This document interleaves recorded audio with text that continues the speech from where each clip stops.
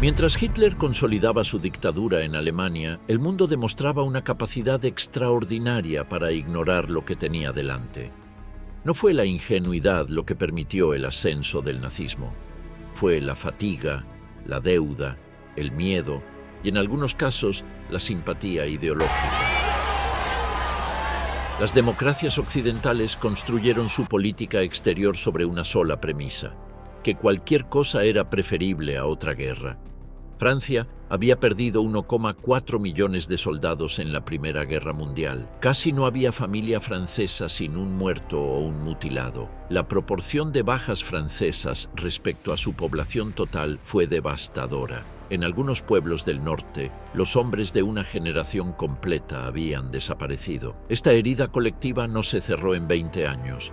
Cuando los franceses miraban hacia el futuro en los años 30, veían solo otra carnicería. La respuesta fue construir la línea Maginot. Iniciada en 1930 bajo la dirección del ministro de la Guerra André Maginot, él mismo herido grave en Verdún, la línea era una obra maestra de la ingeniería defensiva. Se extendía desde Suiza hasta la frontera belga. Kilómetros de búnkeres subterráneos conectados por vías de tren, con cañones de artillería capaces de cubrir toda la frontera con Alemania, barracones para miles de soldados, hospitales, cocinas y sistemas de ventilación para soportar un asedio indefinido. Costó 5.000 millones de francos y empleó a más de 30.000 trabajadores durante años. Era impenetrable y era inútil, porque la línea Maginot terminaba en la frontera belga y no giraba hacia el norte para cubrir el territorio belga. Los planificadores asumieron que los belgas completarían la línea con sus propias fortificaciones y que, en cualquier caso, el denso bosque de las Ardenas al norte era un obstáculo natural infranqueable para los tanques. Ambas suposiciones eran erróneas, y esa equivocación costaría a Francia la guerra en 6 semanas. Gran Bretaña tenía su propia versión de la parálisis estratégica.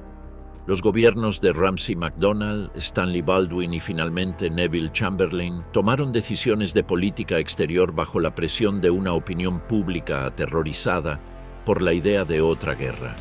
Cuando la encuesta de paz de 1935 pidió a los ciudadanos británicos que se pronunciaran sobre las sanciones militares contra los agresores internacionales, más de 11 millones respondieron. Pero la mayoría prefería sanciones económicas antes que militares, y un porcentaje significativo rechazaba incluso las económicas. El mensaje era claro: ningún gobierno que quisiera ser reelegido podía hablar de guerra. El resultado fue la política de apaciguamiento. No fue, como se la describe a veces, una cobardía sin más. Fue la consecuencia lógica de líderes democráticos respondiendo a lo que sus ciudadanos demandaban. Chamberlain genuinamente creía que Hitler era un político racional con el que se podía negociar, que sus demandas tenían un límite y que darle lo que pedía evitaría el conflicto. Se equivocó en todo, pero lo hizo con honestidad. Entretanto, Japón demostraba que la Liga de las Naciones era una institución sin dientes. En septiembre de 1931, las fuerzas japonesas estacionadas en Manchuria, sin informar siquiera a su propio gobierno en Tokio, tomaron la capital Mukden y en pocas semanas controlaban todo el territorio. La Liga condenó la agresión. Japón respondió abandonando la organización en 1933. El mundo aprendió la primera lección. Las consecuencias de violar el orden internacional eran casi inexistentes. Benito Mussolini aprendió la lección con igual atención. El dictador italiano, que había llegado al poder en 1922 tras la marcha sobre Roma, soñaba con reconstruir el Imperio Romano. En diciembre de 1934, sus fuerzas provocaron un incidente en el oasis de Wal Wal, dentro de territorio de Abisinia, la actual Etiopía, y lo usaron como pretexto para una invasión total. El emperador Haile Selassie apeló en persona ante la Liga de las Naciones en Ginebra. Su discurso fue elocuente y conmovedor.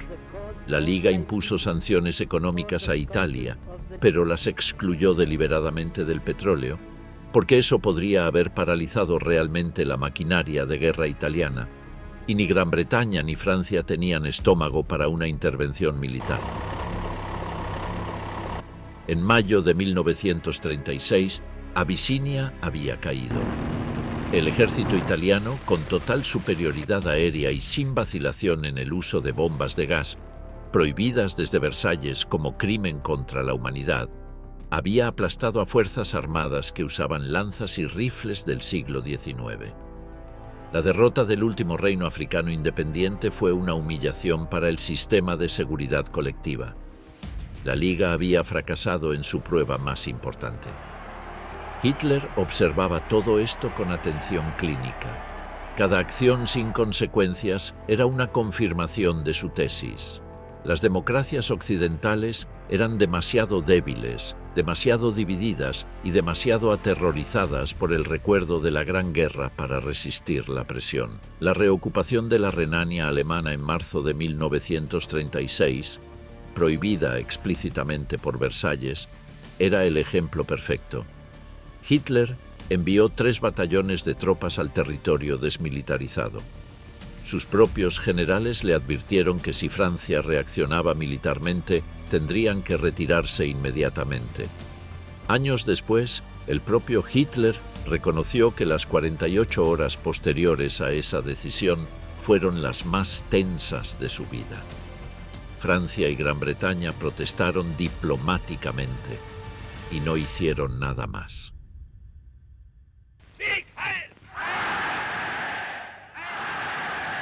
Mientras Europa miraba hacia España, Hitler construía el ejército más moderno del mundo. Lo hacía en parte a plena vista y en parte en las sombras, y lo hacía aprovechándose de algo que ningún tratado internacional podía prohibir: el pensamiento militar innovador. En los años que siguieron a Versalles, la Alemania de Weimar había firmado en secreto el Tratado de Rapallo con la Unión Soviética en 1922, que le permitía desarrollar y probar en suelo ruso los tanques, aviones y armas químicas que el Tratado de Paz prohibía en Alemania. En instalaciones en Lipetsk, al sur de Rusia, la futura Luftwaffe entrenaba a sus pilotos. En Kazán, oficiales alemanes experimentaban con nuevas tácticas de combate blindado. Pero el verdadero secreto del ejército alemán no estaba en el equipamiento, sino en la doctrina.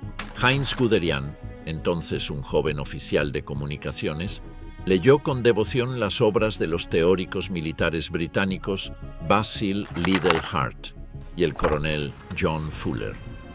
Estos habían desarrollado en los años 20 una teoría de la guerra blindada basada en la velocidad, la penetración profunda y la disrupción de las comunicaciones enemigas en lugar del choque frontal. Los británicos habían realizado incluso ejercicios prácticos en la llanura de Salisbury durante la década de 1920 que Guderian estudió con atención. La paradoja histórica es notable. Los inventores conceptuales del Blitzkrieg eran oficiales del ejército que más tarde sufriría sus efectos devastadores. Cuando Hitler anunció públicamente la existencia de la Luftwaffe en marzo de 1935, violando abiertamente el Tratado de Versalles, ya tenía 2.500 aviones, más que Gran Bretaña y Francia juntas. El mismo año, conscripcionó de nuevo al ejército alemán, multiplicando por 3 su tamaño hasta los 300.000 hombres. La reacción franco-británica fue una protesta diplomática. Nada más. El sistema de reclutamiento y entrenamiento de la nueva Wehrmacht era un modelo de eficiencia. Pero lo que la diferenciaba fundamentalmente de sus futuros adversarios era la filosofía táctica. Los mandos alemanes de rango medio, los capitanes, los tenientes coroneles, tenían autorización para tomar decisiones en el campo de batalla sin consultar hacia arriba. El principio del Auftragstaktik, la táctica de la misión, significa que a un comandante se le daba un objetivo, pero no se le prescribía cómo lograrlo. La iniciativa individual era una virtud, no una insubordinación. En los ejércitos francés y británico, la cadena de mando era rígida y centralizada. Nada de importancia se decidía sin autorización superior. Cuando comenzara la guerra, esa diferencia sería decisiva. Para 1938, el plan de rearme alemán había creado una máquina de guerra sin precedentes. Pero Hitler ya no podía esperar a que estuviera completamente lista. Su médico personal, el doctor Theodor Morell, le había advertido de que su salud no era buena y que debía actuar rápidamente. El tiempo, pensaba Hitler, corría en su contra. Necesitaba actuar antes de que las democracias terminaran su propio rearme. En febrero de 1938, el canciller austríaco Kurt von Schuschnigg fue convocado al Berghof, el retiro de montaña de Hitler en Berchtesgaden. Durante horas, Hitler lo sometió a una sesión de intimidación brutal, amenazas de invasión inmediata si Austria no aceptaba incorporar al gobierno a nazis austríacos y estrechar los lazos con el Reich. Schuschnigg cedió en la reunión, pero de vuelta en Viena convocó un referéndum popular para preguntar a los austríacos si querían mantener la independencia. Hitler no podía arriesgarse a que el resultado fuera adverso. El 12 de marzo de 1938, la víspera del referéndum, las tropas alemanas cruzaron la frontera austriaca. No encontraron resistencia. Muchos austriacos les dieron la bienvenida con flores. En horas, Hitler anunció la Anschluss, la anexión de Austria al Tercer Reich. Una nación soberana había sido absorbida. Gran Bretaña y Francia protestaron en los despachos diplomáticos y no hicieron nada más. El siguiente blanco era Checoslovaquia, concretamente la región de los Sudetes, donde vivían más de 3 millones de alemanes étnicos. Hitler armó políticamente a la minoría alemana local a través del Partido Alemán de los Sudetes de Konrad Henlein, que comenzó a exigir autonomía y finalmente incorporación al Reich. Cuando el gobierno checoslovaco movilizó su ejército en mayo de 1938, Hitler retrocedió temporalmente. El ejército checoslovaco era considerable, estaba bien armado y sus fortines fronterizos eran formidables. Pero el primer ministro británico Neville Chamberlain decidió intervenir como mediador. Voló a ver a Hitler en 3 ocasiones durante septiembre de 1938. El 29 de septiembre en Múnich, Chamberlain, el primer ministro francés Édouard Daladier, Hitler y Mussolini firmaron un acuerdo que entregaba los Sudetes a Alemania. Checoslovaquia no fue invitada a la conferencia que decidía el desmembramiento de su territorio. Su representación esperó en una antesala. Al enterarse de las condiciones, el gobierno checoslovaco lloró. Chamberlain voló de regreso a Londres agitando el papel del acuerdo desde la escalinata del avión. Paz para nuestro tiempo. La muchedumbre londinense lo ovacionó. Winston Churchill, entonces un parlamentario fuera del gobierno, lo describió de otra forma. Se le ofreció elegir entre el deshonor y la guerra. Eligió el deshonor. Tendrá la guerra. En octubre de 1938, las tropas alemanas ocuparon los Sudetes y con ellos las formidables líneas defensivas checas en la frontera. La llave que protegía a Checoslovaquia estaba ahora en manos alemanas.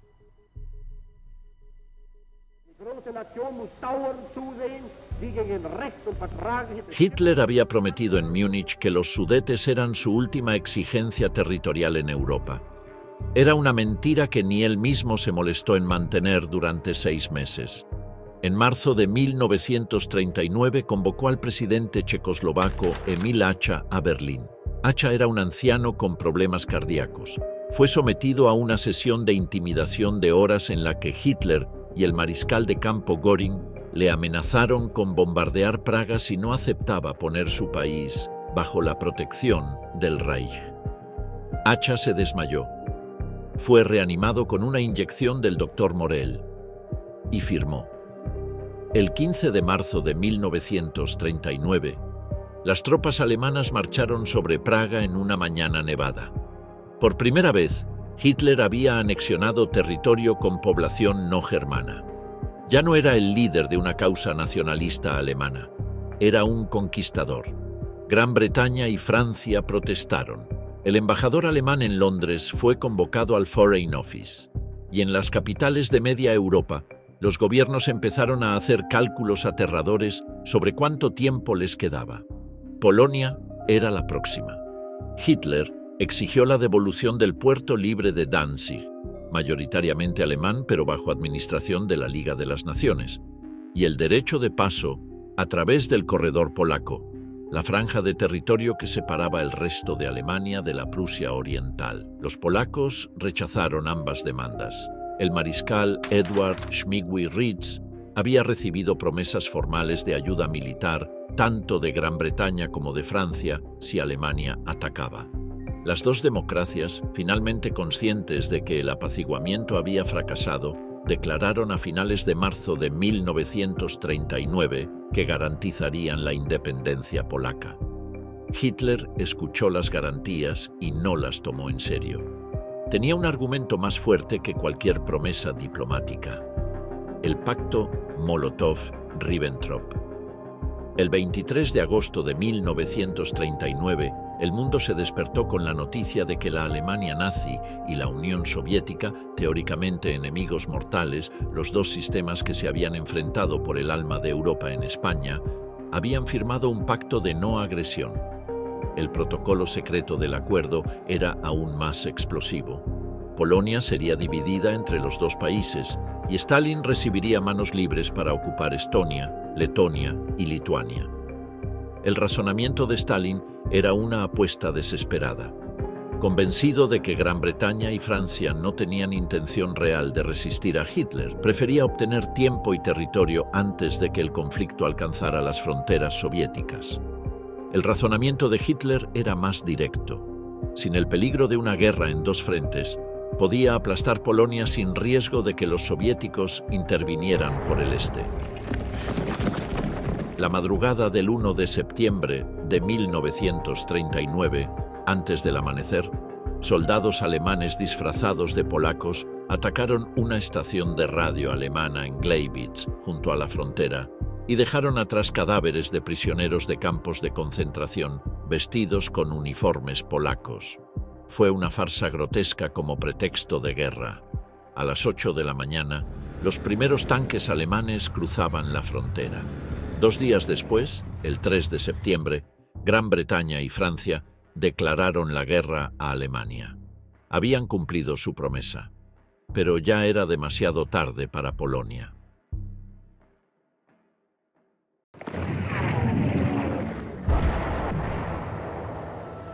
Polonia en septiembre de 1939 era una trampa geográfica perfecta.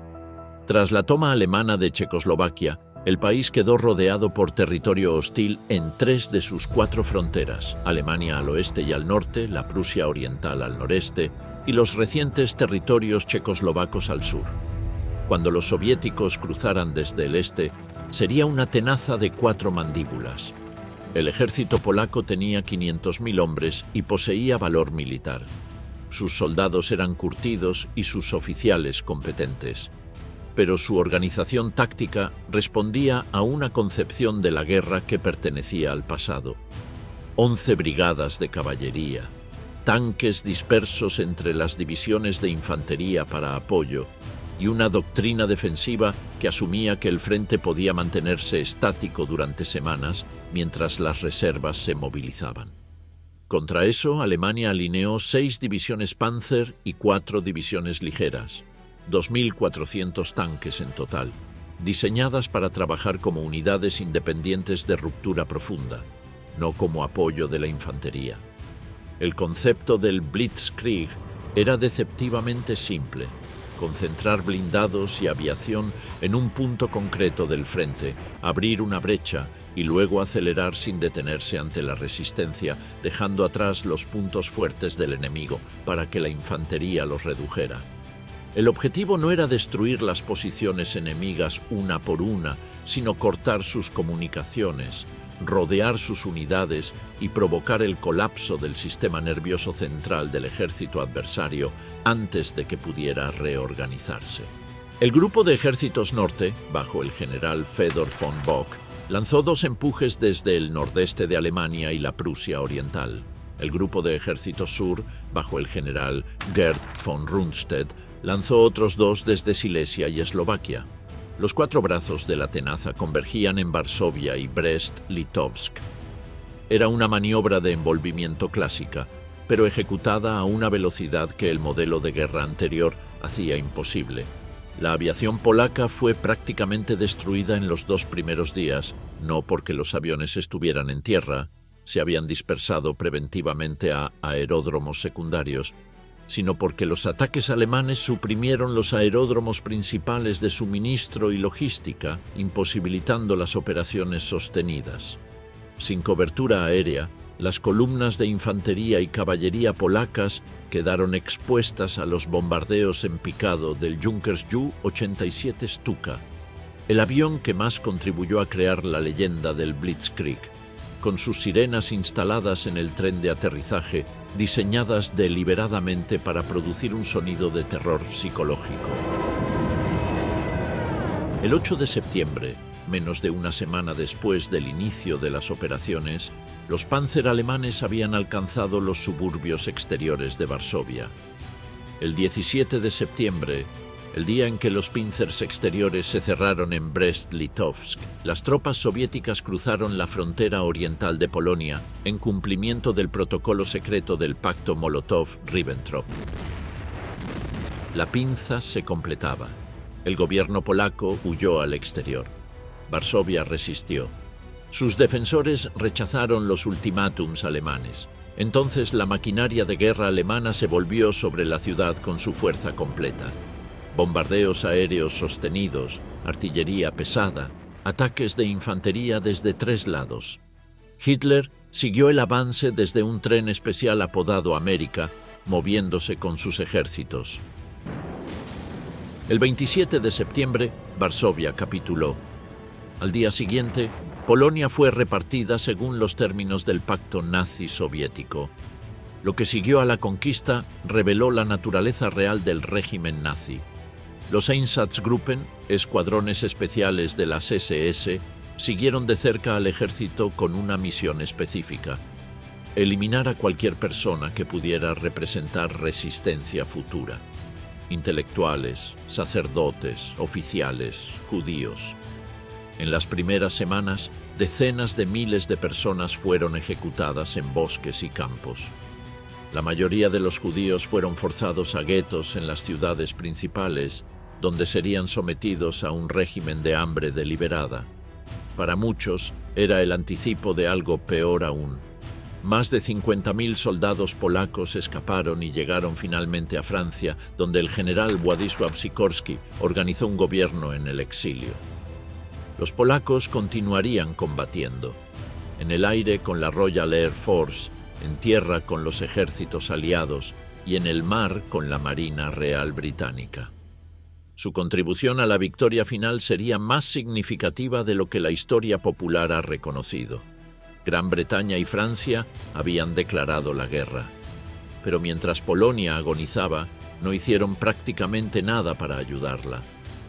Las tropas francesas avanzaron unos kilómetros al interior de Alemania por el Sarre y luego se detuvieron, sin salir del alcance de su propia artillería. El ejército expedicionario británico comenzó a desplegarse en el norte de Francia. La iniciativa seguía firmemente en manos de Hitler.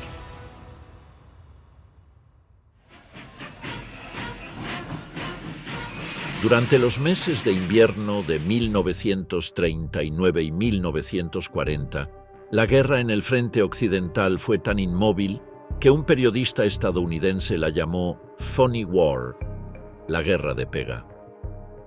En Alemania la denominaban Sitzkrieg, la guerra sentada.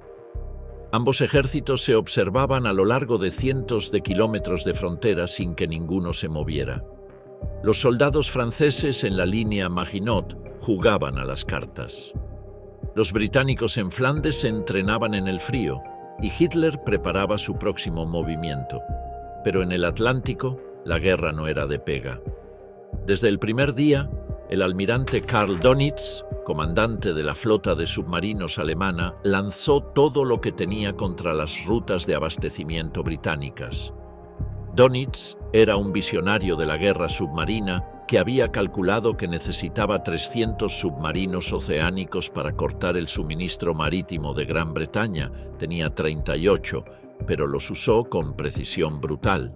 La tarde del 3 de septiembre de 1939, el mismo día en que Gran Bretaña declaró la guerra, el U-30 hundió el transatlántico Athenia frente a la costa de Irlanda.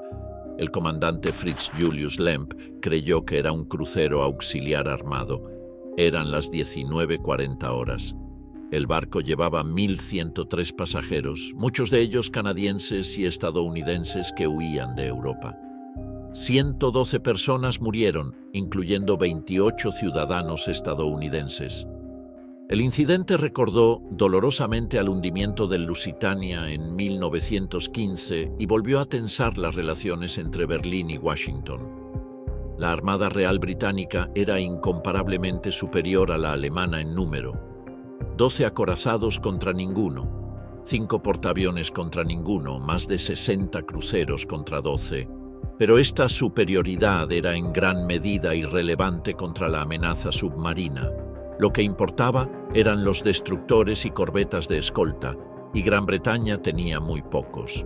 Los barcos mercantes, miles de ellos, cruzaban el Atlántico solos o en pequeños grupos, vulnerables a los U-Boote, que actuaban cada vez más en coordinación, usando la táctica de manada de lobos que Dönitz había diseñado en teoría durante los años 30. El 17 de septiembre de 1939, el U-29 hundió el portaaviones británico HMS Courageous frente a la costa de Irlanda Occidental. 519 marineros murieron. 3 semanas después, el 14 de octubre, el U-47 al mando del capitán de corbeta Günther Prien realizó la hazaña más audaz de la guerra submarina temprana. Se infiltró a través de las defensas de Scapa Flow, la base principal de la flota del Home Fleet en las Orcadas, y hundió el acorazado HMS Royal Oak mientras dormía anclado. 833 marineros murieron. Cuando Prien regresó a Kiel, fue recibido como héroe y condecorado personalmente por Hitler con la Cruz de Caballero. En el extremo opuesto del espectro de la tecnología naval, la Marina alemana desplegó minas magnéticas. A diferencia de las minas de contacto convencionales, estas no requerían que un barco las tocara. Explotaban cuando detectaban la firma magnética del casco de acero al pasar cerca. En pocas semanas, Gran Bretaña estaba perdiendo barcos a una velocidad alarmante sin entender el mecanismo. La solución llegó la noche del 22 de noviembre de 1939, cuando un avión alemán fue observado soltando una mina a baja altura en el estuario del Támesis durante la marea baja. La mina quedó expuesta en el fango. Técnicos navales la desarmaron y analizaron. La respuesta fue el degaussing, envolver el casco de los barcos con un cable de cobre a través del cual se hacía pasar corriente eléctrica para neutralizar la firma magnética. Una vez aplicada a toda la flota mercante, las minas magnéticas perdieron gran parte de su efectividad. El acorazado de bolsillo Graf Spee representó la otra gran amenaza de superficie temprana. Diseñado específicamente para la guerra de Corso, con cañones de 280 Los cruceros sufrieron daños severos, pero también averiaron al Graf Spee lo suficiente para que buscara refugio en el puerto neutral de Montevideo. El comandante Hans Langsdorff fue engañado por la inteligencia británica para creer que una fuerza superior aguardaba fuera del puerto. El 17 de diciembre, el Graf Spee salió lentamente del puerto y fue hundido por su propia tripulación. Langsdorff se suicidó 3 días después.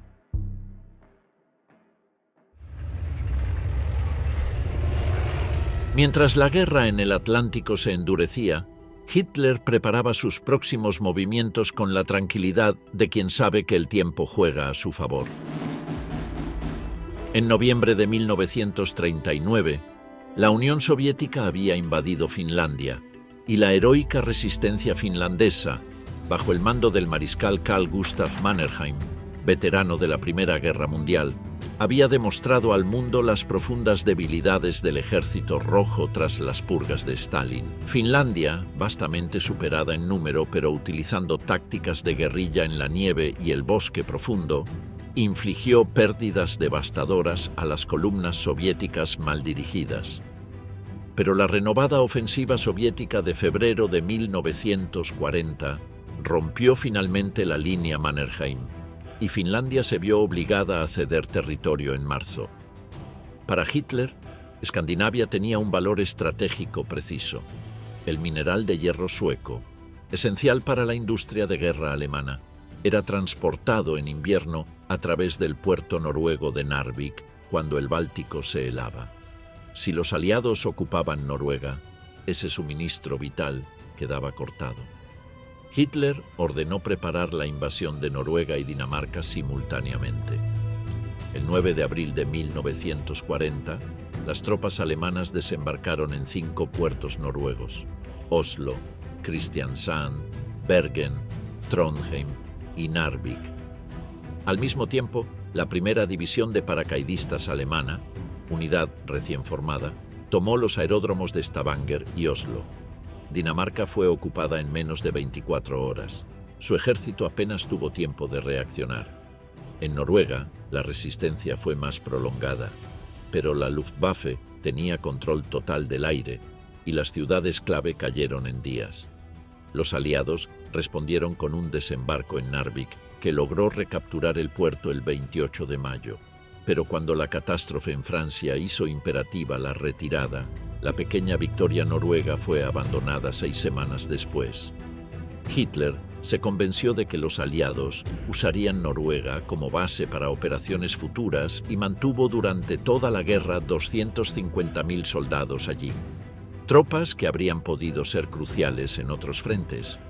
Mientras la campaña noruega se desarrollaba, un oficial alemán a bordo de un avión de enlace se perdió sobre Bélgica el 10 de enero de 1940 y aterrizó de emergencia en Mechelen. Los papeles que llevaba, los planes de ataque alemanes contra Bélgica y Francia, basados en el viejo esquema del Plan Schlieffen, cayeron en manos aliadas. Los aliados estaban esperando exactamente ese ataque y habían desplegado sus mejores fuerzas en el norte, preparadas para avanzar a Bélgica y resistir en el Daile y el Mosa. Lo que no sabían era que ese accidente aéreo había forzado a los alemanes a cambiar todo su plan. El mayor genio operativo de la campaña de Francia no fue Heinz Guderian, que la ejecutó, sino el general de infantería Erich von Manstein, que la concibió. Manstein era jefe de Estado Mayor del Grupo de Ejércitos A y había argumentado desde el principio que el plan original, avanzar por Bélgica y girar hacia París, era demasiado predecible y repetiría los errores del Frente Occidental de 1914. Su propuesta alternativa era radical: concentrar casi todos los Panzer alemanes frente a las Ardenas, el bosque collinoso y accidentado de la Bélgica meridional que los aliados consideraban prácticamente impenetrable para los tanques, y lanzarlos en una cuchillada profunda hasta el Canal de la Mancha. Las fuerzas aliadas que avanzaran a Bélgica quedarían rodeadas. La audacia del plan era también su vulnerabilidad. Si los Panzer quedaban atascados en el bosque, si los aliados respondían rápidamente con una contraofensiva en el flanco, si los puentes sobre el Mosa no se tomaban intactos, podía ser un desastre.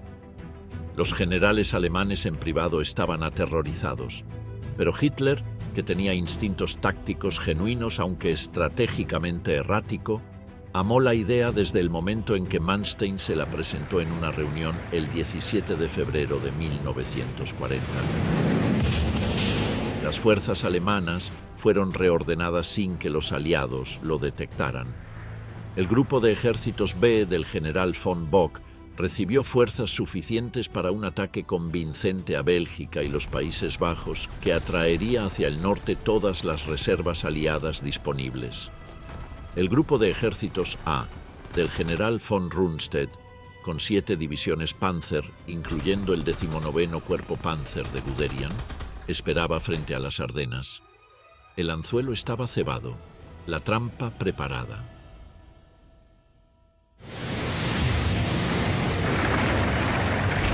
El 10 de mayo de 1940 fue un día que cambió el mundo en más de un sentido.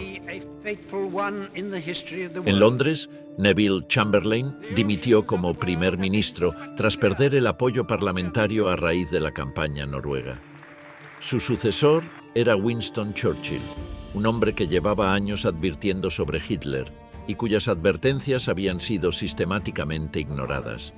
Churchill llegó al número 10 de Downing Street esa misma tarde. Ese mismo amanecer, Hitler lanzó su Blitzkrieg contra Francia, Bélgica, los Países Bajos y Luxemburgo. En el norte, una división aérea alemana completa lanzó paracaidistas sobre Holanda para tomar puentes y aeródromos. Ingenieros de asalto en planeadores atacaron la fortaleza belga de Eben Emael, considerada inexpugnable, y la silenciaron en horas. La Luftwaffe atacó bases aéreas holandesas y belgas, y como los estrategas aliados habían previsto, el grupo de ejércitos B de Bock empujó hacia Bélgica. Los ejércitos francés y británico ejecutaron exactamente el movimiento planeado. Avanzaron a Bélgica para ocupar la línea del río Dyle. Las mejores unidades aliadas, incluyendo el grueso de la infantería mecanizada y los blindados disponibles, se movieron hacia el norte. La trampa de Manstein estaba funcionando. En ese momento, las columnas Panzer de Guderian emergían de las Ardenas. Las unidades del 19º Cuerpo Panzer llegaron al Mosa a las puertas de Sedan, muy al norte de la línea Maginot, la tarde del 12 de mayo. Lo que los planificadores aliados habían declarado imposible había ocurrido. 7 divisiones blindadas habían cruzado 120 kilómetros de terreno arbolado y accidentado en menos de 3 días, con sus columnas de abastecimiento y unidades de ingeniería siguiendo de cerca. El 13 de mayo, tropas de asalto cruzaron el Mosa bajo fuego intenso. Los ingenieros construyeron puentes mientras las Stukas bombardeaban las posiciones defensivas francesas. El 14 de mayo, los Panzer comenzaron a cruzar. Ese mismo día, la cabeza de puente tenía 20 kilómetros de profundidad. Los bombarderos aliados intentaron destruir los puentes en misiones desesperadas. Perdieron más del 40% de sus aviones en el intento y no consiguieron neutralizar los puentes. Guderian no esperó a la infantería, no atacó las posiciones de la línea Maginot. Sencillamente avanzó hacia el oeste tan rápido como sus carros podían moverse. El 17 de mayo, sus puntas de lanza estaban al otro lado de Perona. El 20 de mayo, en una marcha de 90 kilómetros en un solo día, tomaron Abbeville a mediodía y un batallón de la 2ª División Panzer alcanzó la costa del Canal de la Mancha a medianoche. La línea aliada había sido cortada en 2. Al norte, rodeadas, quedaban las mejores divisiones del ejército francés y casi toda la fuerza expedicionaria británica, más de 300.000 hombres. Al sur, el resto de Francia. El general Maurice Gamelin, comandante supremo aliado, fue incapaz de procesar la rapidez del colapso. No emitió órdenes claras durante horas cruciales. El primer ministro francés Paul Reynaud telefoneó a Churchill el 15 de mayo. Hemos perdido la batalla. Churchill voló a París y encontró a los funcionarios del Ministerio de Exteriores quemando archivos en el jardín. La derrota ya se asumía como inevitable. Hubo un momento en que el Blitzkrieg estuvo genuinamente amenazado. El 21 de mayo, el coronel Charles de Gaulle, al mando de una de las pocas divisiones blindadas francesas plenamente operativas, lanzó 2 ataques contra el flanco sur del corredor alemán cerca de Arras. Empleando los poderosos tanques Matilda británicos, infligió pérdidas significativas a las columnas Panzer. El contraataque no tuvo la coordinación necesaria para ser decisivo. Las divisiones aliadas llegaron al combate de forma fragmentada en lugar de en un empuje coordinado, pero demostró que el corredor germano era vulnerable. El alto mando alemán quedó tan nervioso que el mariscal von Rundstedt recomendó una pausa para consolidar las posiciones. Fue entonces cuando ocurrió el episodio más debatido de toda la campaña occidental. El 24 de mayo de 1940, Hitler ordenó a los Panzer que detuvieran su avance hacia Dunkerque. La orden de alto el fuego a los Panzer duró 48 horas. Las explicaciones históricas son múltiples y no del todo excluyentes. Preocupación real por el desgaste de los carros en terrenos inundados y canales del Flandes belga. La promesa de Göring de que la Luftwaffe podría destruir sola al ejército aliado atrapado. La idea de que los Panzer necesitaban ser preservados para la siguiente fase de la campaña contra el sur de Francia. Sea cual fuere la combinación de factores, esas 48 horas fueron suficientes. El general Alan Brooke, comandante del segundo cuerpo británico, escribió en su diario el 23 de mayo: «Nada excepto un milagro puede salvar a la fuerza expedicionaria británica». El vicealmirante Bertram Ramsay recibió la orden de poner en marcha la operación Dínamo, la evacuación por mar, a las 18:57 del 26 de mayo. Las estimaciones más optimistas hablaban de salvar 45.000 hombres. Lo que siguió fue una de las historias más extraordinarias de la guerra. Ramsay envió una llamada a toda embarcación con más de 9 metros de eslora en los puertos del sur de Inglaterra. Centenares de barcos de pesca, barcos de placer, transbordadores y barcazas cruzaron el canal. Muchos pilotados por sus propios dueños civiles, bajo bombardeo aéreo continuo, recogiendo soldados de las playas y llevándolos a los destructores y transbordadores de mayor calado. La RAF lanzó todos sus cazas disponibles sobre Dunkerque para proteger la evacuación, perdiendo centenares de aviones. 7 destructores franceses y 6 británicos fueron hundidos. Un cuarto de los 665 barcos pequeños no regresó. Cuando la evacuación se detuvo el 4 de junio, más de 338.000 hombres habían sido rescatados, el 41% de ellos franceses. El ejército británico había sobrevivido, aunque sin casi ningún tanque, artillería ni vehículo pesado. La retaguardia francesa que cubrió la evacuación, combatiendo hasta que el último barco se alejó de las playas, fue comparada por un oficial británico con la última resistencia de los espartanos en las Termópilas. El 5 de junio, 4 horas después de que terminara la evacuación, Alemania lanzó la fase final contra el sur de Francia. El 14 de junio, las tropas alemanas marcharon sobre París. La esvástica fue izada en la Torre Eiffel. El 21 de junio, Hitler viajó al bosque de Compiègne, donde el armisticio de 1918 había sido firmado. Ordenó sacar el mismo vagón de ferrocarril. Los delegados franceses entraron. Hitler les presentó sus condiciones y se fue. Cuando los franceses intentaron pedir tiempo para consultar a su gobierno, fueron informados de que si no firmaban inmediatamente, los Panzer reanudarían el avance. Firmaron.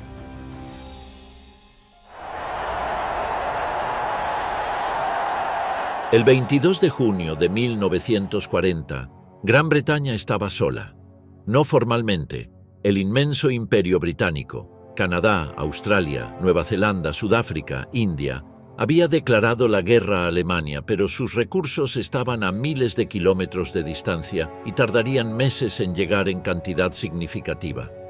El ejército británico había perdido en Dunkerque casi todos sus vehículos blindados, artillería pesada y equipamiento moderno. Solo tenía 25 divisiones armadas principalmente con rifles para defender una isla ante la que se extendían las costas de una Europa enteramente controlada por Hitler. El 19 de julio, Hitler pronunció un discurso en el Reichstag ante una multitud delirante de más de 1 millón de personas en las calles de Berlín. Ofreció a Gran Bretaña condiciones de paz. Podría conservar su imperio. A cambio, Hitler tendría manos libres en Europa. Para muchos, en el gobierno británico y en el establecimiento militar, la propuesta tenía cierta lógica de supervivencia. Lord Halifax, el secretario de Exteriores, consideró seriamente explorar los términos. Churchill se negó categóricamente. «Haremos que luchen en cada calle», dijo en privado al gabinete de guerra el 28 de mayo, «y al final los destruiremos a todos». La respuesta de Gran Bretaña fue silencio. Hitler ordenó a la Luftwaffe establecer la superioridad aérea sobre el Canal de la Mancha como condición necesaria para la Operación Sea Lion, el desembarco anfibio en la costa sur inglesa. El mariscal del aire Hermann Göring, comandante de la Luftwaffe, tenía 2.600 cazas y bombarderos para la tarea. El mariscal del aire Sir Hugh Dowding, jefe del mando de cazas de la RAF, tenía menos de 700 cazas. Los números parecían decisivos. Pero Dowding tenía dos factores que Göring subestimó fatalmente. El primero era el radar. Desde mediados de los años 30, el físico Robert Watson Watt había desarrollado para la RAF un sistema de detección de aviones a gran distancia basado en pulsos de radio. Para 1940, una cadena de 21 estaciones de radar, mástiles de 90 metros a lo largo de la costa sur y este de Inglaterra, podía detectar aviones entrantes a 200 kilómetros de distancia, proporcionando altitud, dirección, velocidad y número estimado. Esta información se transmitía en segundos al cuartel general de cazas en Bentley Priory, donde los controladores enviaban el número mínimo de escuadrillas necesarias para interceptar cada incursión.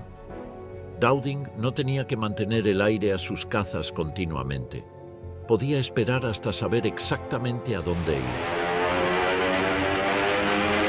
El segundo factor era la geografía. Los cazas alemanes operaban con una autonomía tan limitada sobre Inglaterra que solo podían acompañar a los bombarderos durante minutos sobre el objetivo antes de tener que regresar.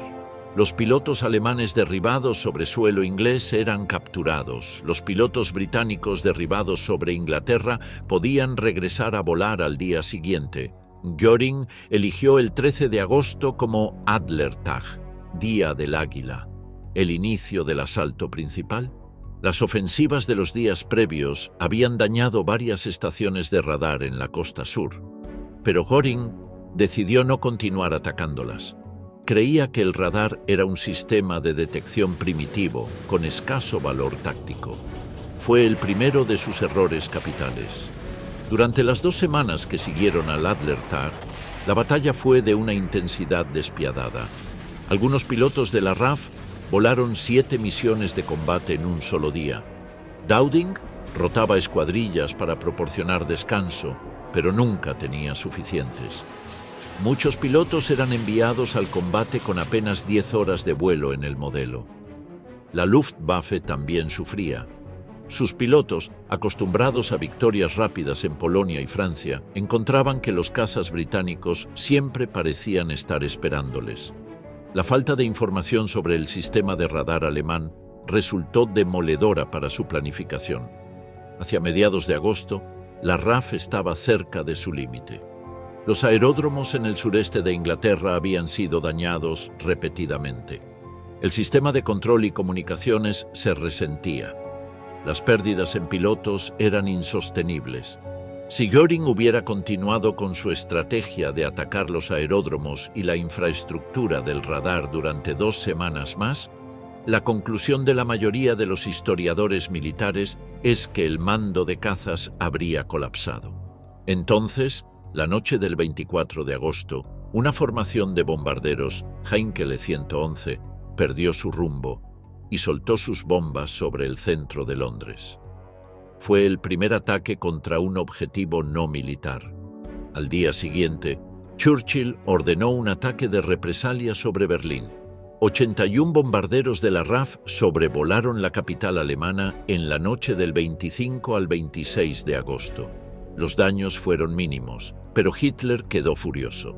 El 7 de septiembre, Göring cambió su objetivo. En adelante los bombarderos atacarían Londres, no los aeródromos de la RAF. Era el segundo error fatal. Los aeródromos británicos, que necesitaban desesperadamente tiempo para repararse, los recibieron. El 15 de septiembre, que se celebra en Gran Bretaña como el Día de la Batalla de Inglaterra, La Luftwaffe lanzó su mayor ataque sobre Londres. Churchill estaba presente en el centro de operaciones del mando de cazas.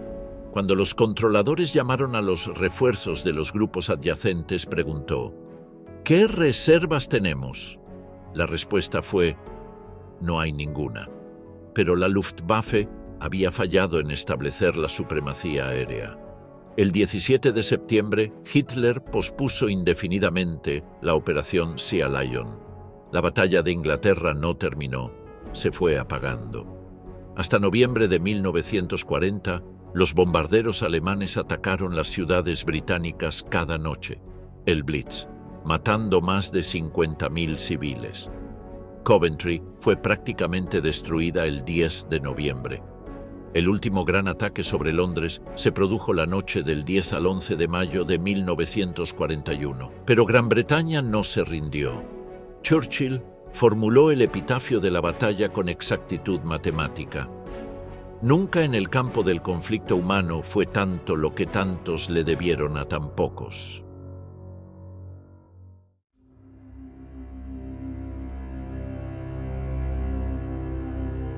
Gran Bretaña había sobrevivido al Blitz, pero sobrevivir no era ganar.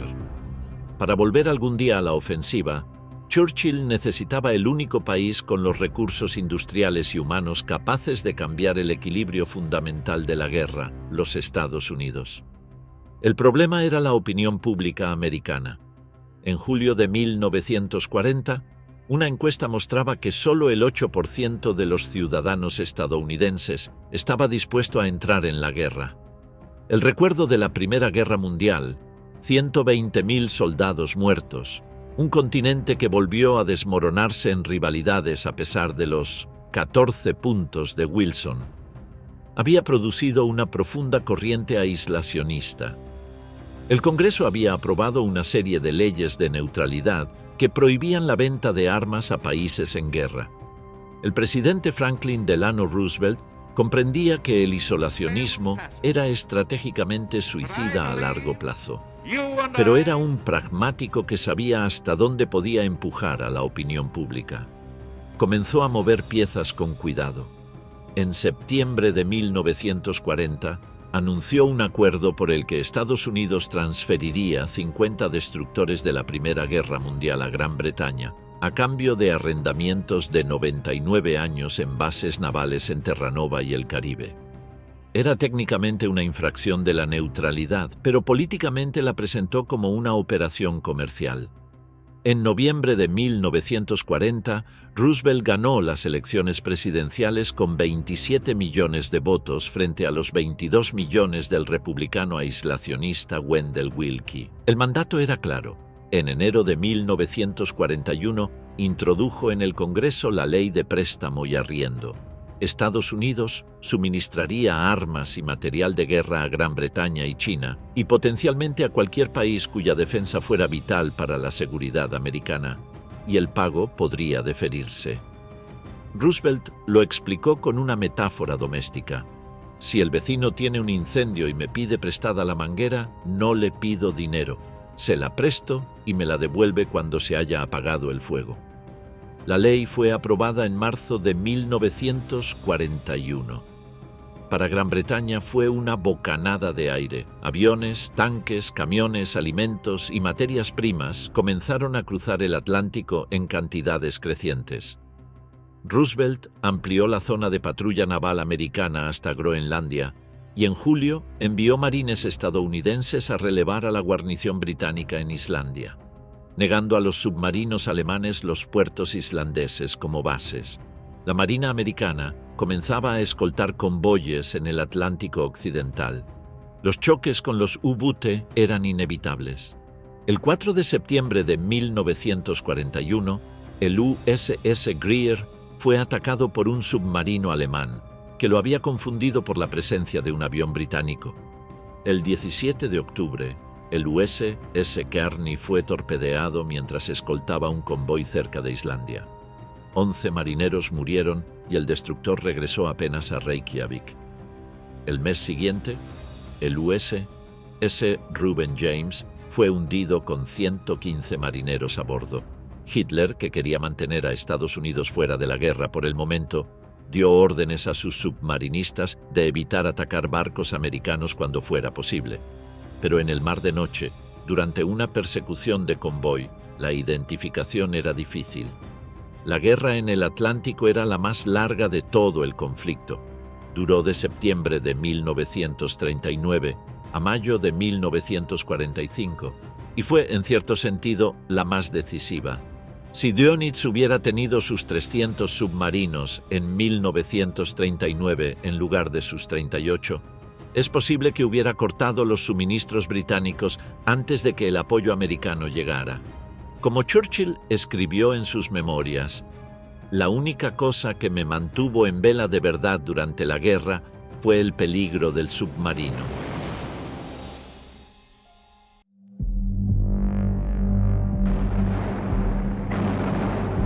Mientras la batalla del Atlántico se desarrollaba, en una finca victoriana en las afueras de Milton Keynes, se libraba otra guerra, invisible e igualmente decisiva. Bletchley Park era la sede de la Escuela Gubernamental de Códigos y Cifras británica, y el secreto que guardaba era el mayor activo estratégico de los aliados. Desde mediados de los años 30, todas las fuerzas armadas alemanas habían adoptado la máquina de cifrado Enigma, desarrollada originalmente como herramienta comercial en los años 20, para codificar sus comunicaciones. El dispositivo usaba 3 rotores intercambiables, cuyos ajustes podían configurarse de millones de maneras diferentes, de modo que cada letra tecleada podría representar cualquiera de 150 millones de combinaciones posibles. Los expertos alemanes estaban convencidos de que era irrompible. Los primeros pasos para descifrarla los dieron los polacos.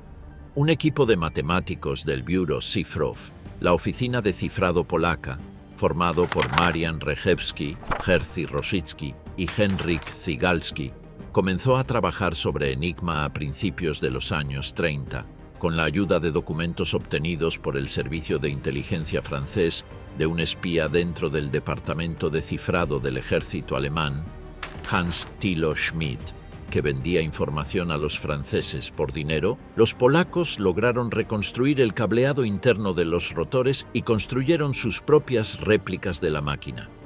Para 1938 podían descifrar mensajes regularmente. En julio de 1939, con la guerra claramente inminente, los polacos convocaron a representantes de la inteligencia francesa y británica a Varsovia. Los británicos quedaron atónitos ante lo que los polacos habían logrado. Como parte del encuentro, los polacos entregaron 2 de sus réplicas, Enigma, a sus aliados. 2 semanas después, Polonia era invadida. Los criptógrafos polacos destruyeron toda evidencia de su trabajo y escaparon. Algunos eventualmente llegaron a Bletchley.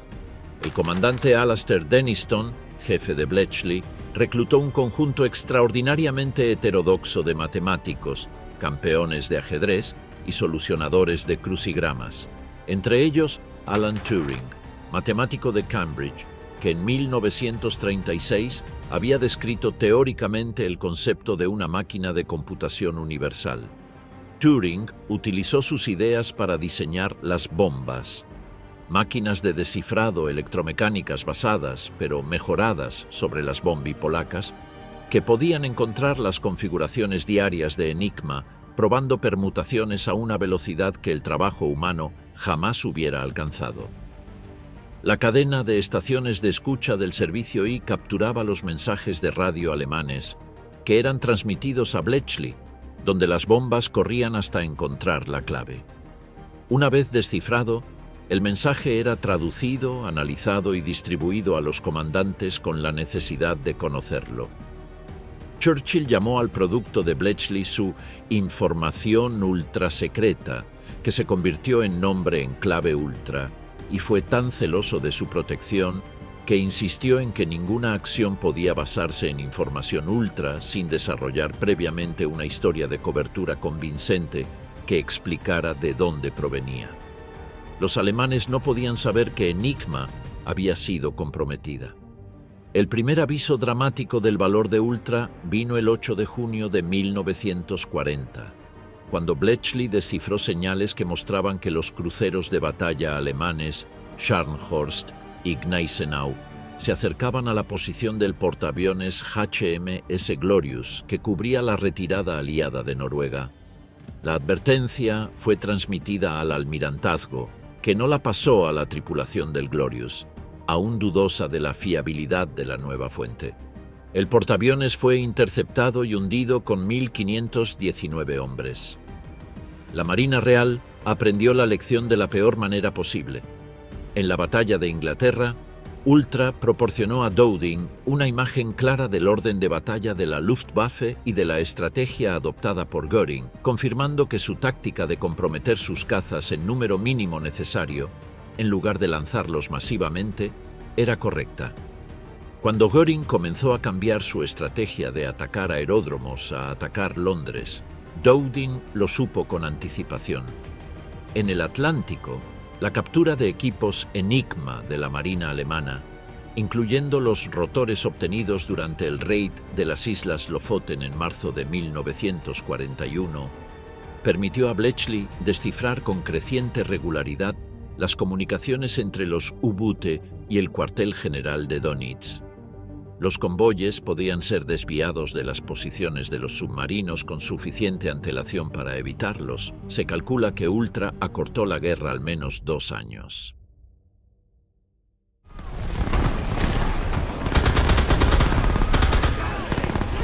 Gran Bretaña no podía en 1940 lanzar una ofensiva terrestre contra la Europa ocupada. Pero Churchill estaba determinado a mantener viva la resistencia en los países conquistados y a hostigar a los ocupantes donde fuera posible.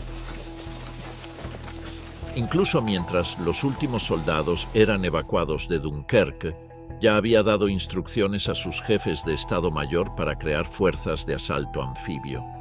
La idea de los comandos, el nombre tomado de las ágiles unidades Boer que habían combatido al ejército británico en Sudáfrica entre 1899 y 1902, fue puesta en práctica con rapidez. Se formaron 10 unidades de 500 hombres cada una, entrenadas para operaciones de asalto desde el mar. El almirante Sir Roger Case fue nombrado director de operaciones combinadas. Los primeros raids en la costa de la Francia ocupada fueron de valor limitado, pero proporcionaron experiencia y demostraron que era posible operar con impunidad relativa en las costas bajo control alemán. El 4 de marzo de 1941, 2 unidades de comandos desembarcaron sin resistencia en las Islas Lofoten, frente a la costa norte de Noruega. Destruyeron fábricas que convertían aceite de pescado en glicerina para explosivos, incendiaron depósitos de combustible y hundieron varios barcos en el puerto. Se llevaron 225 prisioneros alemanes y 115 voluntarios noruegos que se unieron a las fuerzas libres noruegas en Gran Bretaña.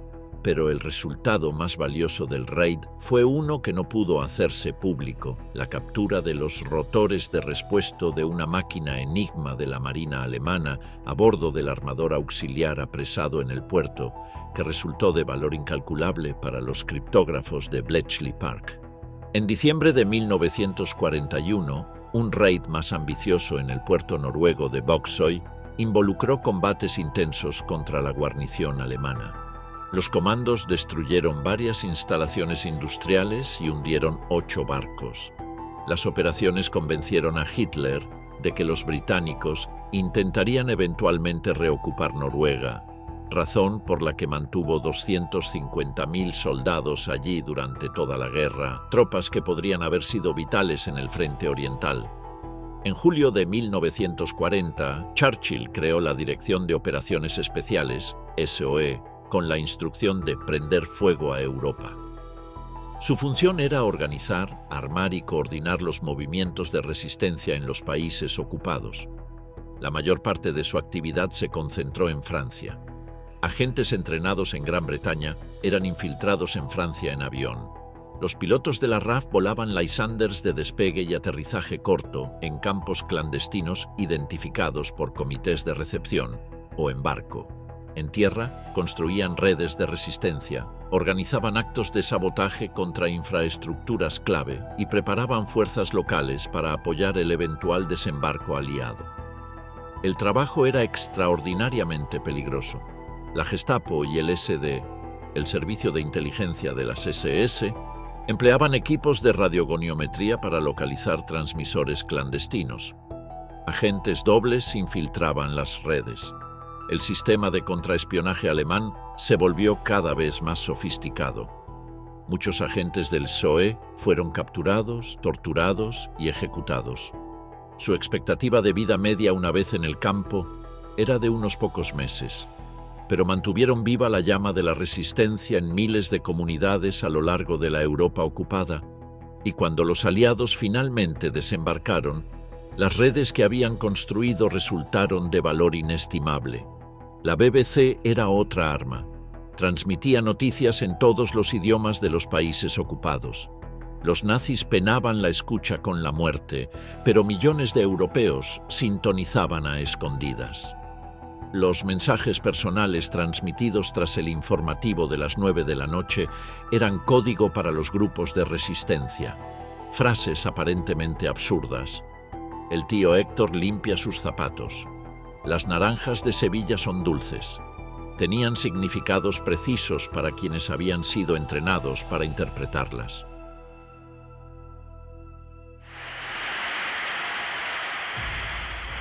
Adolf Hitler había dejado por escrito en Mein Kampf que la conquista del espacio vital en el este era el destino de Alemania. La Unión Soviética no era solo un enemigo ideológico, era el premio geopolítico que haría al pueblo alemán la raza dominante del planeta. Las vastas llanuras de Ucrania, los yacimientos de petróleo del Cáucaso, los recursos de Siberia, todo eso, pensaba Hitler, era el equivalente del lejano oeste americano para Alemania. A lo largo del invierno y la primavera de 1941, desde su retiro en el Berghof, en los Alpes bávaros, Hitler planificó la Operación Barbarroja. Sus generales le advirtieron en privado sobre la escala del desafío. La Unión Soviética tenía casi 200 millones de habitantes, un territorio de más de 22 millones de kilómetros cuadrados y un ejército que, aunque debilitado por las purgas de Stalin de 1937 a 1938, en las que habían sido ejecutados o encarcelados 3/4 partes de los generales del Ejército Rojo, seguía siendo el más grande del mundo en número. Ninguno se atrevió a votar en contra de la operación. Para asegurar el flanco sur, Hitler había lanzado en abril de 1941 una fulminante campaña en los Balcanes cuando Yugoslavia, cuyo gobierno pro-alemán había sido derrocado por un golpe pro-británico, se negó a permitir el paso de tropas alemanas hacia Grecia. Yugoslavia cayó en 11 días. Grecia, a pesar de la ayuda británica, en menos de 3 semanas. Atenas fue ocupada el 27 de abril de 1941. El 22 de junio de 1941, a las 3:15 de la madrugada, más de 4 millones de soldados alemanes, rumanos, finlandeses e italianos cruzaron la frontera soviética a lo largo de 2.900 kilómetros de frente. Era la mayor operación militar de la historia humana. La Luftwaffe atacó al amanecer. En las primeras horas destruyó más de 1.200 aviones soviéticos, la mayoría en tierra. Las columnas Panzer cruzaron el río Bug en múltiples puntos y empezaron a penetrar en territorio soviético a una velocidad que superaba incluso lo logrado en Francia.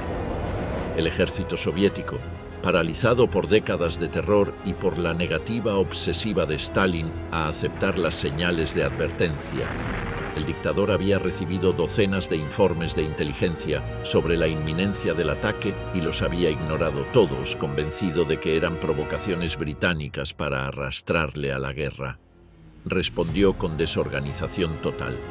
Los comandantes de unidad que pedían autorización para retroceder o cambiar posiciones no la recibían. Quienes actuaban de forma independiente se arriesgaban a ser ejecutados. El colapso fue catastrófico. El 29 de junio, a solo 7 días del inicio de la ofensiva, 2 grupos Panzer se cerraron en pinza cerca de Minsk. atrapando a más de 300.000 soldados soviéticos. Las unidades de infantería alemana que llegaron días después para limpiar las bolsas encontraron columnas interminables de prisioneros marchando hacia el oeste. Stalin, al recibir la noticia, pareció sufrir un colapso psicológico. Permaneció en silencio durante casi una semana, retirado en su dacha de Kuntsevo. No fue hasta el 3 de julio cuando por fin apeló por radio a la resistencia patriótica de su pueblo para salvar a la madre Rusia. En Gran Bretaña, Churchill recibió la noticia de Barbarroja con alivio, que no intentó disimular. En su discurso de radio esa noche fue perfectamente directo. Cualquier persona o Estado que luche contra el nazismo tendrá nuestra ayuda. Seguiremos nuestro camino.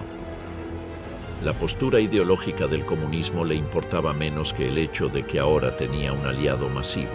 Al día siguiente, envió una misión a Moscú para firmar un tratado de asistencia mutua con el ministro de Exteriores Vyacheslav Molotov.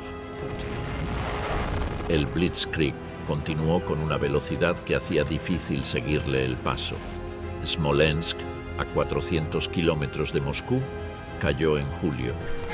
El 22 de julio, otra maniobra de doble envolvimiento al este de Smolensk atrapó 310.000 soldados soviéticos más. Parecía que nada podía detener a Alemania antes de que llegara el invierno. Entonces Hitler cometió el primero de sus grandes errores estratégicos en el frente oriental. En lugar de permitir que Guderian continuara su impulso directo sobre Moscú, que en agosto de 1941 estaba solo a 200 kilómetros y el camino parecía abierto, Hitler ordenó desviar los Panzer hacia el sur para ayudar a tomar Kiev. Guderian protestó con una vehemencia que rozó la insubordinación. Hitler fue inflexible. La decisión fue tácticamente brillante. El 16 de septiembre, los Panzer de Guderian y los del Grupo de Ejército Sur se cerraron al este de Kiev en la mayor bolsa de tropas de la historia. Más de 500.000 soldados soviéticos fueron capturados o muertos. Fue la mayor victoria táctica de la guerra. Fue también la que salvó Moscú. El tiempo que llevó la maniobra de Kiev fue exactamente el que el destino de la campaña dependía. Cuando Guderian volvió hacia el norte y el asalto sobre Moscú reanudó el 20 de septiembre, rebautizado como Operación Tifón, las lluvias otoñales habían comenzado. Las carreteras rusas, que en gran medida eran pistas de tierra sin asfaltar, se convirtieron en ríos de barro que literalmente tragaban los vehículos alemanes hasta los ejes. Los tanques y camiones quedaban atrapados. Las columnas de suministro no podían avanzar. El Blitzkrieg dependía de la velocidad y el barro lo paralizaba. Para finales de octubre, el Grupo de Ejércitos Centro estaba todavía a 90 kilómetros de Moscú. En Leningrado, la actual San Petersburgo, el Grupo de Ejércitos Norte había completado el cerco de la ciudad en septiembre y Hitler había decidido no asaltarla, sino hambrienta hasta la rendición. El resultado fue el asedio más largo y mortal de la guerra moderna.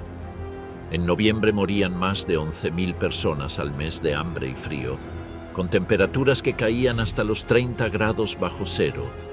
Solo la apertura de una ruta de suministro sobre el hielo del lago Ladoga en diciembre impidió la extinción total de la población. El 5 de diciembre de 1941, los batallones de vanguardia alemana estaban a 19 kilómetros de la Plaza Roja.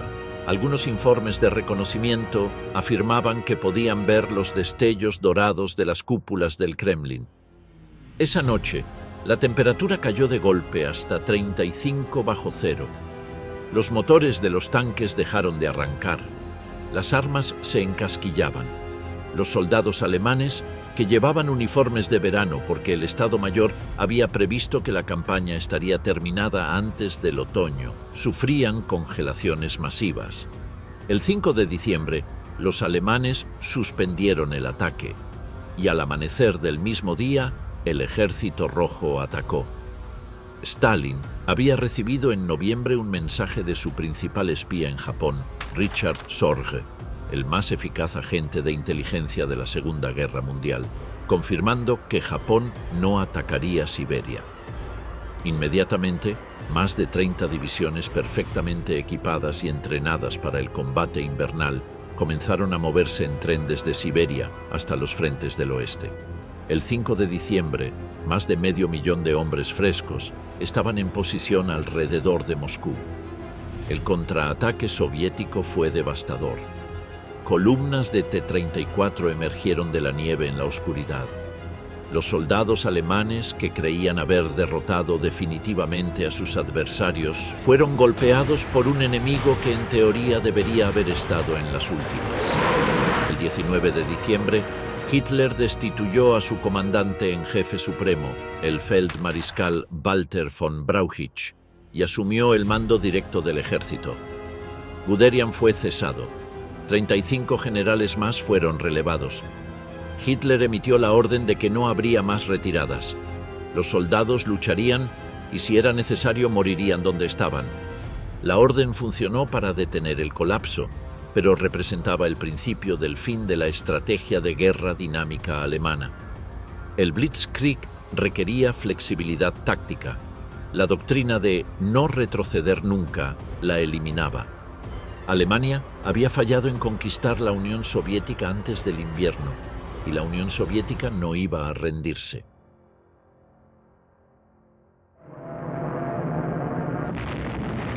El 7 de diciembre de 1941, el ataque japonés a Pearl Harbor cambió la naturaleza de la guerra de forma irreversible.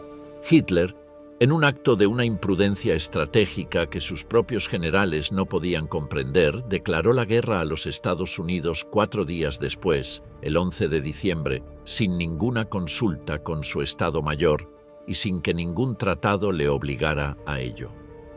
En 24 horas, había tomado como enemigo a la mayor potencia industrial del mundo.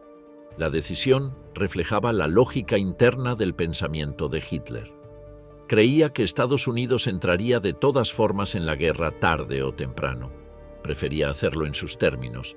Y confiaba en que Japón mantendría a los americanos ocupados en el Pacífico el tiempo suficiente para que Alemania terminara el trabajo en Europa y Rusia. Era un cálculo erróneo en todas sus premisas. Con Estados Unidos en la guerra, el flujo de material hacia Gran Bretaña y la Unión Soviética se convirtió en una marea. El programa Préstamo y Arriendo suministró a la URSS entre 1941 y 1945 más de 400.000 vehículos, camiones, jeeps, automóviles, 14.000 aviones, 13.000 tanques y cantidades masivas de alimentos, material de telecomunicaciones y equipamiento industrial. Los historiadores soviéticos minimizaron este aporte durante décadas por razones ideológicas, pero el mariscal Georgi Chukov reconoció en privado que sin los camiones americanos, la Unión Soviética no habría podido ejecutar la mayor parte de sus grandes operaciones ofensivas. En el frente oriental, Hitler necesitaba una nueva estrategia para 1942. El plan original de atacar en todo el frente había demostrado ser militarmente imposible. Sus asesores económicos le informaron de que las reservas de petróleo alemanas eran críticamente bajas. La solución era concentrar el esfuerzo en el sur, tomar los yacimientos petrolíferos del Cáucaso. El grupo de ejércitos A avanzaría hacia el sur hacia el Cáucaso, mientras el grupo de ejércitos B cubría el flanco a lo largo del río Don. La operación comenzó el 28 de junio de 1942 con éxitos espectaculares. Las tropas soviéticas en el Don fueron rodeadas. Otros 200.000 prisioneros. La ciudad portuaria de Sebastopol en Crimea, que había resistido un asedio de 8 meses bajo bombardeo de artillería, incluyendo el mayor cañón de ferrocarril jamás construido, el Dora alemán de 800 milímetros, cayó finalmente a finales de junio. Entonces, Hitler cometió otro error.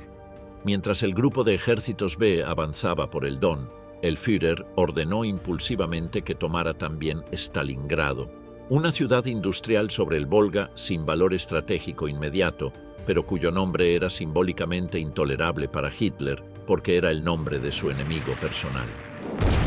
El grupo de ejércitos B recibía así dos objetivos simultáneos: cubrir el flanco del avance hacia el Cáucaso y tomar una gran ciudad urbana. Eso dividía y diluía el esfuerzo precisamente cuando la concentración habría sido vital. El 23 de agosto de 1942, el general Friedrich Paulus y su sexto ejército cruzaron el Don y comenzaron el asalto final a Stalingrado.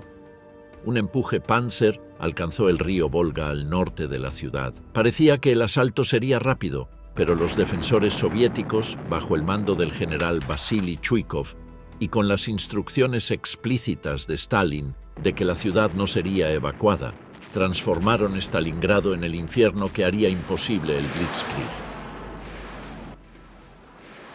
La táctica de Chuikov era abrazar al enemigo, mantener las líneas de combate tan cercanas que los stukas no pudieran bombardear sin matar a sus propios soldados. Los combates eran casa por casa, habitación por habitación. Los soviéticos utilizaban las alcantarillas para desplazarse y las ruinas para francotiradores. El sargento Vasily Zaitsev, cuya historia fue popularizada décadas después, alcanzó más de 200 bajas confirmadas desde posiciones enemigas. Cada bloque de la ciudad se convertía en una fortaleza independiente que cambiaba de manos varias veces al día. Los refuerzos soviéticos cruzaban el Volga de noche bajo fuego de artillería y aviación. Miles alcanzaban la orilla opuesta. Otros miles quedaban en el río. Para mediados de octubre, los alemanes habían empujado a los defensores hacia un perímetro de apenas unos pocos kilómetros junto al Volga. La captura total parecía cuestión de días. El 4 de octubre, Paulus lanzó lo que se anunció como el asalto final. Un oficial alemán escribió: «El avance se mide en cadáveres, no en metros». Mientras tanto, el mariscal Zhukov preparaba en secreto la operación que cambiaría el curso de la guerra. Más de 1 millón de tropas frescas, 13.000 cañones, 900 tanques y más de 1.000 aviones fueron movidos sigilosamente a la zona de combate. El 19 de noviembre de 1942, después de una preparación artillera de 80 minutos que literalmente hacía temblar el suelo a kilómetros de distancia, los T-34 soviéticos irrumpieron a través del flanco norte de las posiciones alemanas. Al día siguiente, un ataque equivalente golpeó el flanco sur. El 23 de noviembre, las dos pinzas se cerraron al oeste de Stalingrado. El sexto ejército de Paulus, 330.000 hombres, estaba rodeado. Paulus podía haber intentado la ruptura inmediatamente. Tenía combustible para unos 80 kilómetros. Los soviéticos aún no habían consolidado completamente el cerco, pero Hitler ordenó que se mantuviera en posición y esperara ser relevado. Göring garantizó que la Luftwaffe podría suministrar por aire los 700 toneladas diarias de provisiones necesarias para que el ejército sobreviviera. Era una mentira. La Luftwaffe nunca logró entregar más de 80 toneladas en ningún día y habitualmente mucho menos.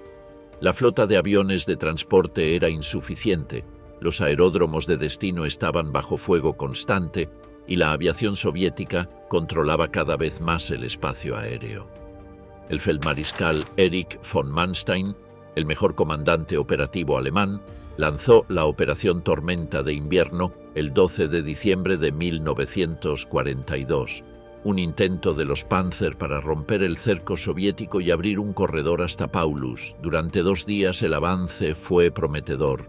Luego la resistencia soviética se endureció y el 23 de diciembre el intento quedó paralizado a 30 kilómetros de la ciudad. Manstein recomendó a Paulus que intentara romper el cerco hacia el sur. Paulus quería la autorización de Hitler. Hitler se negó. El 8 de enero de 1943, los soviéticos invitaron a los alemanes atrapados a rendirse. Los alemanes rechazaron la oferta. El 10 de enero, el Ejército Rojo comenzó la liquidación sistemática del Bolsillo. Las divisiones alemanas se derrumbaron una por una. El 31 de enero de 1943, Friedrich Paulus, promovido a feldmariscal por Hitler apenas días antes, en la convicción de que ningún feldmariscal alemán se rendiría, salió de los sótanos de los grandes almacenes de Stalingrado con sus manos en alto. Más de 100.000 hombres marcharon hacia el cautiverio en el este. Solo 5.000 regresarían alguna vez a Alemania. La batalla de Stalingrado costó a Alemania y sus aliados 300.000 bajas. Al Ejército Rojo, un número similar, más civiles. En total, alrededor de 1 millón de seres humanos murieron en o alrededor de Stalingrado entre agosto de 1942 y febrero de 1943.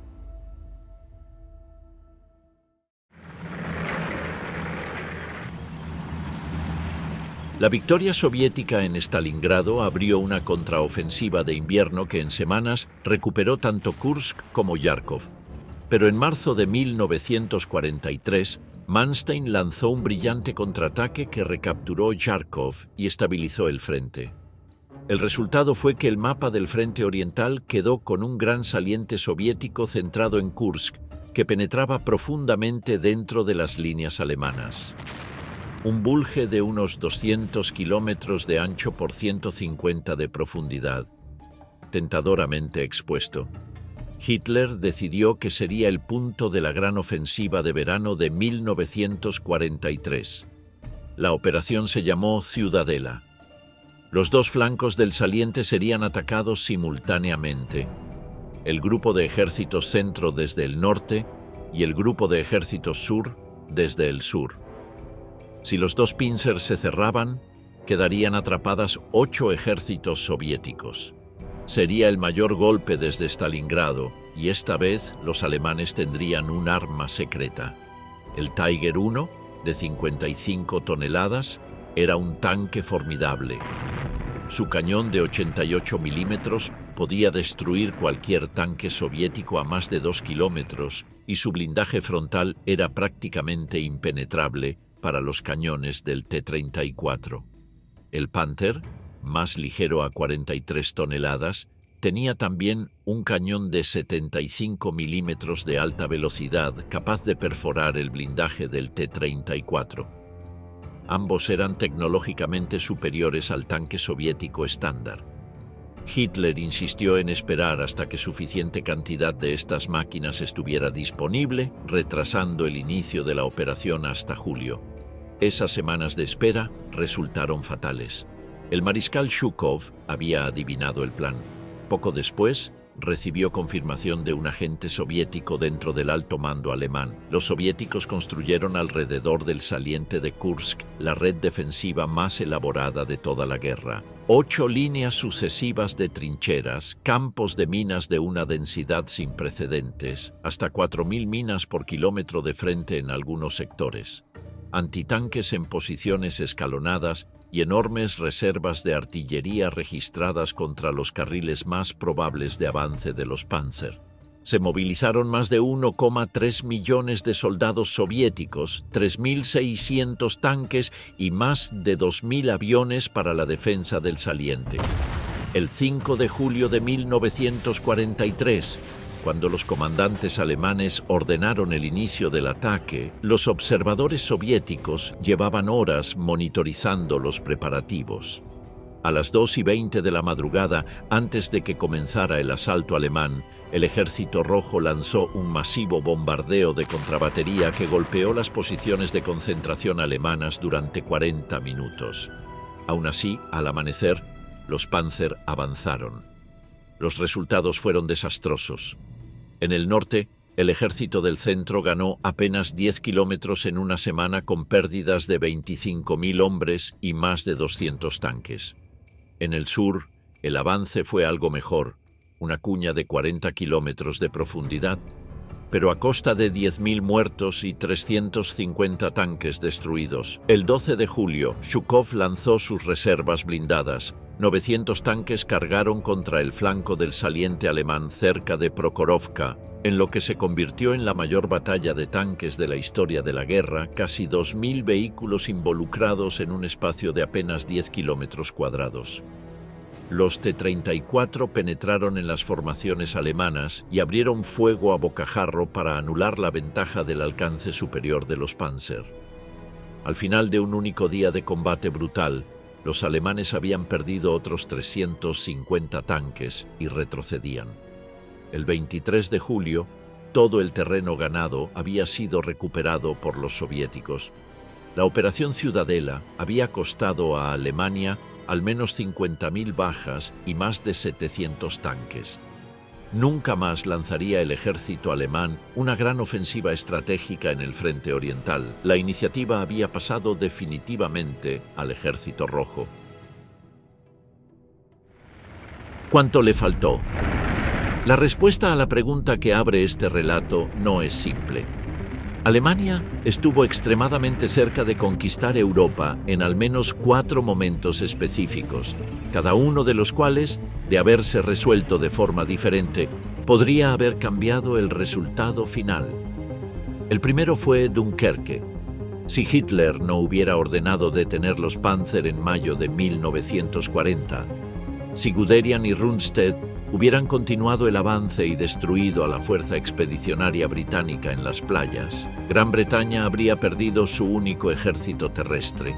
Sin el ejército, sin la posibilidad de continuar la resistencia, Churchill habría caído políticamente y su sucesor podría haber aceptado los términos de paz que Hitler ofreció en julio de 1940. Sin Gran Bretaña en la guerra, no habría base para que los Estados Unidos entraran en la guerra europea. No habría base para la invasión de 1944 y el frente occidental no habría existido. Alemania habría podido concentrar todos sus recursos en el este.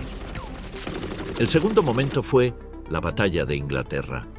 Si Göring no hubiera cometido el error de cambiar su objetivo de los aeródromos de la RAF a las ciudades el 7 de septiembre de 1940, si hubiera continuado atacando la infraestructura del mando de cazas durante 2 semanas más, la aviación británica habría colapsado. Sin control aéreo, la operación Sea Lion hubiera tenido posibilidades reales.